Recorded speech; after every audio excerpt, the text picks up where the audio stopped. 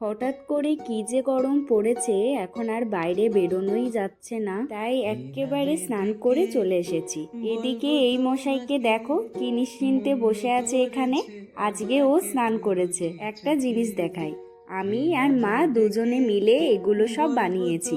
এগুলো দেখতে এতটাই সুন্দর লাগছে, হ্যাঁ, তবে কোনো স্মেল নেই। মা তো আগাগোড়াই খুব সুন্দর সুন্দর উলের কাজ করতে পারে, তবে আমি এখন টুকিটাকি কিছু কাজ শিখেছি। মানে আমি শুধু এই গোলাপ ফুলটাই বানাতে পারি। হঠাৎ করে মনে হলো সামনের চুলগুলো অনেক দিন কাটা হয় না, তাই ভাবলাম একটু চুলগুলো ছোট ছোট করে নিই। সামনের চুলগুলো ছোট ছোট রাখতে আমার খুব ভালো লাগে। ছোটবেলায় তো আমি 1 মাস পর পর সামনের চুলগুলো কেটে ফেলতাম। এখন আমি এই চুল কখনো একবারে কাটি না। আগে তো প্রায়ই ছোট করে ফেলতাম খুব। সাইজটা ভালো লাগেনি, মানে একটু বড় করেই কেটেছিলাম, তাই আবারও একটু সেভ করে নিচ্ছি। চুল নিয়ে এক্সপেরিমেন্ট করতে না আমার খুব ভালো লাগে। এবার হেয়ারস্টাইলটা বেশ সুন্দর হয়েছে, আমার ফেসের সাথে বেশ মানাচ্ছে। তোমরাও জানিও আমার নিউ হেয়ারস্টাইলটা কেমন হয়েছে। চশমাটা পরেও বেশ সুন্দর লাগছে হেয়ারস্টাইলটার সাথে। লাঞ্চ করে কি সুন্দর ঘুমিয়ে পড়েছিলাম, এর মধ্যে সৈনী ঘুম থেকে তুলে দিয়েছে। আসলে আজ আমরা সবাই মিলে একটা জায়গা যাব।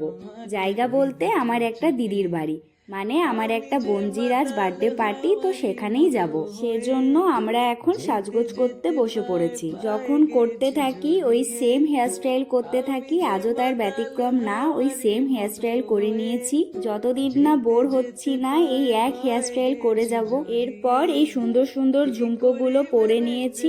এই গ্রীষ্মকাল এসে পারলো না আর আমার মুখে পিম্পলস হাজির। এই পিম্পলের ওপর টিপ পরা হচ্ছে সবচেয়ে বিরক্তিকর, কিন্তু তাও পরেছি। যাই হোক, ফাইনালি আমি রেডি। এই ড্রেসটা আমি দুর্গাপুজোর সময় কিনেছিলাম, আর এই জামাটা আমার খুব পছন্দের। এদিকে সোহিনীও রেডি হয়ে গেছে। ও মাথায় কি সুন্দর একটা ফুল লাগিয়েছে। বার্থডে গার্লের জন্য গিফট নিয়ে নিয়েছি, এবার বেরিয়ে যাচ্ছি আমরা। আচ্ছা, আমাকে আর ঝুনুকে কি আজ আইডেন্টিফাই করা যাচ্ছে? ভেবেছিলাম আমরা হয়তো সবার লেট করেছি, কিন্তু না, আমরাই সবার আগে রেডি হয়ে গেছি। তাই কিছু ভিডিও শুট করছিলাম, এই যে ভিডিওগ্রাফার। যাক, অনেক অপেক্ষার পর শেষমেশ বেরিয়ে গেছি। অনেকটাই রাস্তা, প্রায় 1 ঘন্টা মতো সময় লাগবে। জানো তো, এই দিদির বাড়ি আমি 15 বছর পর আবার যাচ্ছি।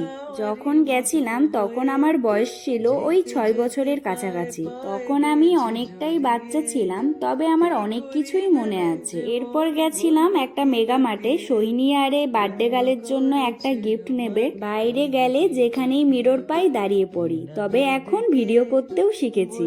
এই যে আজকের birthday girl, happiest birthday to you, enjoy each and every day. খুব ভালো থাক, খুব বড় হোক, ব্যাস এটুকুই। এই ক্লিপগুলো ছাড়া আর কিছুই ভিডিও নিতে পারিনি। খাওয়া দাওয়া হয়ে গেছে, বেরিয়ে পড়েছি বাড়ির উদ্দেশ্যে। প্রচন্ড টায়ার্ড হয়ে গেছি সবাই। এখন একটা জঙ্গলের মধ্যে দিয়ে যাচ্ছি, মানে চারিদিকে কিছু নেই, শুধু গাছ আর ফাঁকা জায়গা। এসবের মধ্যে আমরা আবার সবাই মিলে ভূতের আসর বসিয়েছি। যাওয়ার সময় তো একদম চুপচাপ শান্তভাবে গেছিলাম, আর আসার সময় শুধু ফাজলামি করতে করতে এসেছি। তার মধ্যে আমরা আবার রেল গেটে ফেসে গেছি। তো বাড়ি চলে এসেছি। যাই হোক, আজকের ব্লগটা ব্যাস এটুকুই। দেখা হচ্ছে নেক্সট ব্লগে। টাটা।